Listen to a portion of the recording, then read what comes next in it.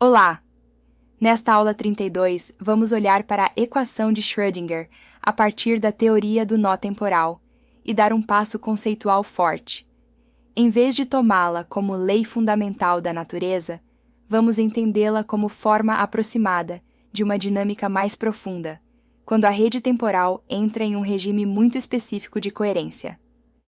Na formulação tradicional da mecânica quântica, a equação de Schrödinger é o ponto de partida. Ela descreve a evolução determinística e linear do estado quântico em um espaço de Hilbert, sob a ação de um hamiltoniano fixado. Por trás disso, porém, há pressupostos fortes. Primeiro, existe um tempo externo absoluto, usado como parâmetro. Segundo, existe um único espaço de Hilbert global, rígido. E terceiro, o hamiltoniano é, em essência, independente da arquitetura mais profunda da realidade. Ocorre que a teoria do nó temporal não aceita nenhum desses três pontos como fundamentais. E, claro, propõe outros com os quais você, que acompanhou todas as aulas até aqui, já está familiarizado. Em síntese, na teoria do nó temporal, o que existe em nível primário, ou seja, num nível fundamental, é, de fato, uma rede de nós temporais, e cada nó com seu espaço interno de estados, e um operador interno que codifica o seu espectro de coerência. E nessa altura de nosso curso, é decisivo compreendermos que a dinâmica não é um estado que se desloca no tempo, mas uma modulação contínua da coerência entre nós, parametrizada por um tempo fundamental que chamamos de tau. Esse tempo fundamental, como já explicamos, não é o tempo dos relógios. Ele é o parâmetro da própria reorganização funcional da rede. O operador interno de cada nó é dinâmico, depende das conexões com os demais e acompanha, a cada passo, as mudanças da rede. O que chamamos de vetor de estado é apenas uma forma compacta de descrever uma seção coerente dessa rede em um certo intervalo de tau, e não algo que anda em um fundo fixo.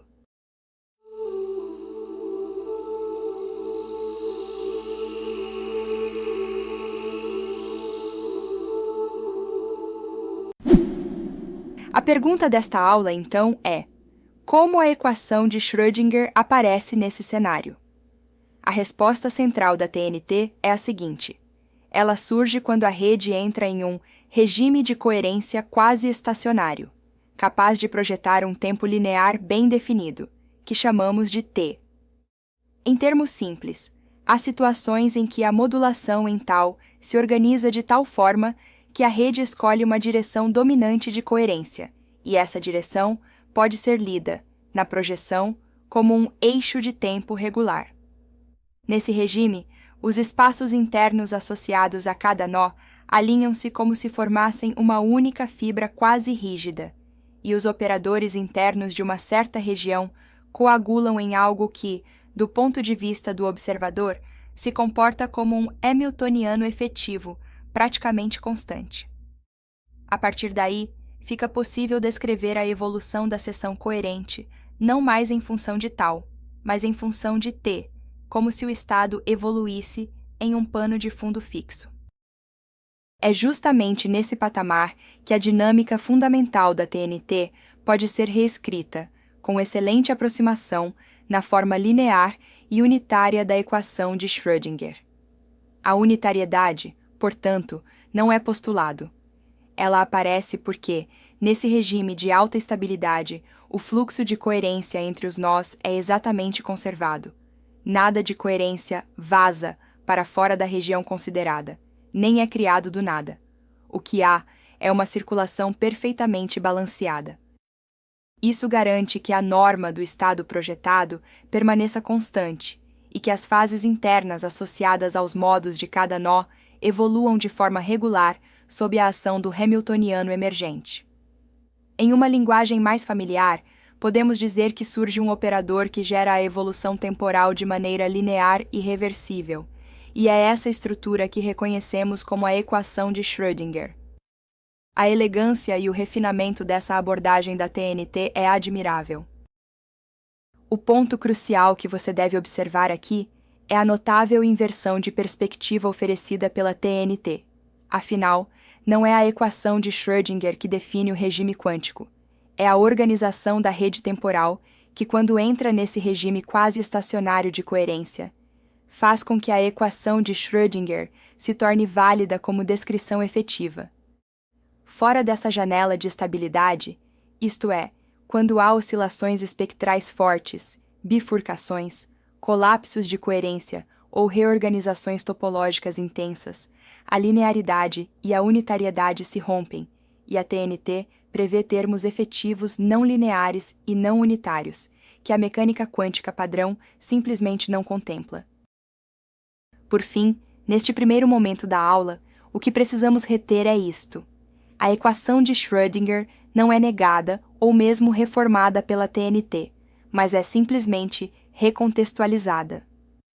O que a teoria do nó temporal mostra é que a equação de Schrödinger é, de fato, a forma simples, linear, de uma equação de modulação muito mais rica, válida apenas quando a rede atinge um regime funcional que permite projetar um tempo linear e um hamiltoniano emergente relativamente estáveis. Agora, vamos seguir passo a passo essa derivação conceitual. Como saímos da modulação em tal, como identificamos o regime quase estacionário e como, ao mudar de parametrização, obtemos exatamente a dinâmica quântica familiar como limite da estrutura mais profunda da rede temporal. No livro isso está detalhado. Aqui, veremos uma síntese que será suficiente para o estudante mais atento.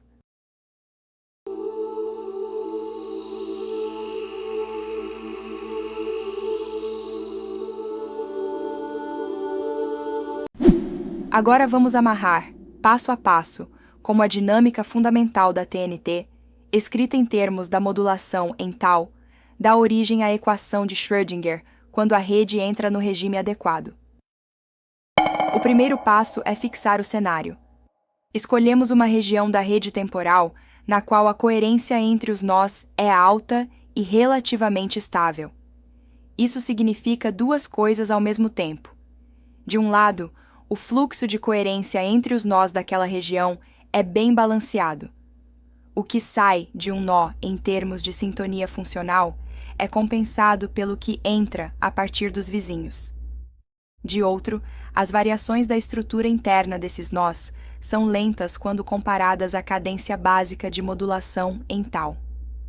Em linguagem da TNT, dizemos que a região entrou em um regime de coerência quase estacionária. Não é um estado congelado, mas um estado em que as mudanças acontecem sem destruir a forma global da seção coerente. O segundo passo é perceber o que esse regime faz com o próprio tempo fundamental tal. Enquanto a rede está em um regime turbulento, com bifurcações, colapsos e reorganizações topológicas intensas, tal não se deixa ler como nada parecido com o tempo dos relógios. Ele é apenas o parâmetro abstrato da modulação funcional. Quando a rede acalma e entra nesse patamar quase estacionário, surge uma orientação dominante de tal, uma espécie de direção preferencial da modulação que pode ser lida, na projeção, como uma evolução regular. E é exatamente assim que nasce o tempo linear T. Ele é a tradução, na espacialidade tridimensional, daquela orientação dominante. A TNT insiste neste ponto. O tempo que aparece na equação de Schrödinger não é um dado primitivo, é um tempo projetado, emergente de um modo muito particular de organização da rede temporal. O terceiro passo é o alinhamento dos espaços internos. Em princípio, cada nó da rede tem seu espaço interno de estados, com sua própria estrutura. No regime genérico, isso forma um mosaico complexo, difícil de descrever por um único espaço global. Mas quando a coerência quase estacionária se instala, os espaços internos relevantes daquela região se alinham funcionalmente. Em termos intuitivos, os modos que importam para a projeção passam a viver em uma fibra comum. Podemos descrevê-los como se pertencessem a um único espaço de estados efetivo. É essa fibra quase rígida que, aos olhos do observador, aparece como o espaço de Hilbert em que o estado quântico vive.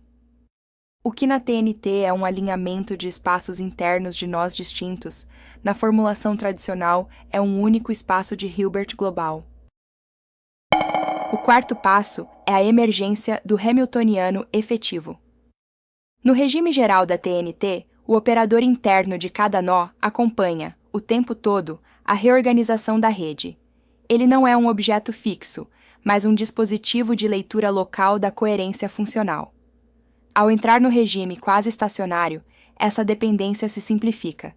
A combinação funcional dos operadores internos relevantes naquela região coagula em um Hamiltoniano emergente, que já não precisa responder, a cada passo, a microflutuações da rede. Ele se torna, para todos os efeitos práticos, um gerador estável da evolução do estado projetado.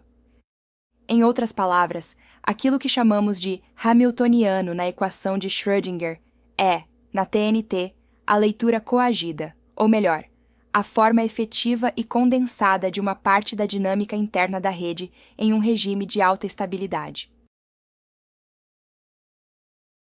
O quinto passo é a unitariedade. A teoria do nó temporal destaca que, nesse patamar de estabilidade, o fluxo funcional de coerência dentro da região escolhida é exatamente conservado. Não há ganho ou perda líquida de sintonia para fora daquele domínio. Toda a coerência que circula entre os nós permanece confinada ali, apenas redistribuída. É isso que garante, na descrição projetada, que a norma do estado quântico permaneça constante e que a evolução seja reversível e linear. A unitariedade não é um axioma imposto de cima. Ela é o reflexo, na teoria efetiva, de um regime particular em que a rede não deixa vazar coerência para o resto do universo.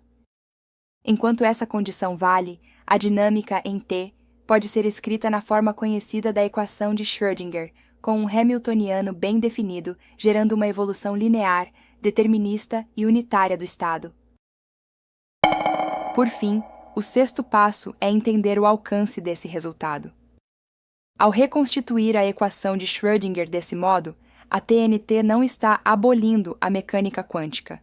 Na verdade, está dizendo exatamente quando e por que ela funciona. Sempre que uma região da rede temporal entrar em regime de coerência quase estacionária, alinhando seus espaços internos em uma fibra efetiva, fazendo com que os operadores internos se organizem em um Hamiltoniano emergente e mantendo o fluxo de coerência perfeitamente balanceado, a descrição padrão da mecânica quântica será uma excelente aproximação. Mas sempre que esses requisitos forem violados, em processos de medição invasiva, em dinâmicas altamente não estacionárias, em colapsos espectrais ou transições topológicas profundas, não devemos esperar que a equação de Schrödinger, sozinha, dê conta do fenômeno.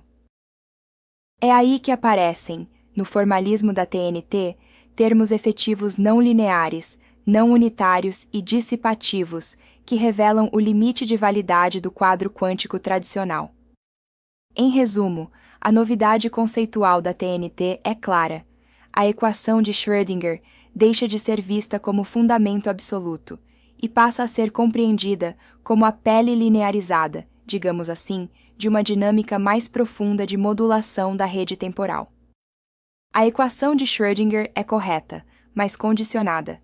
Afinal, ela vale enquanto a realidade se mantiver naquele corredor estreito de coerência quase estacionária, que permite projetar um tempo e um Hamiltoniano estáveis. É a partir dessa leitura que nas próximas aulas referentes ao capítulo 6 do livro, discutiremos os fenômenos de medição, colapso, decoerência e os limites da mecânica quântica. E faremos isso sempre com a arquitetura conceitual da TNT como estrutura de fundo que unifica o regime quântico e o regime clássico sob um mesmo arcabouço teórico. E para finalizar, eu digo com sinceridade: se você realmente compreendeu o que acabamos de lhe mostrar, se inscreva no canal e siga com a gente. Até a próxima!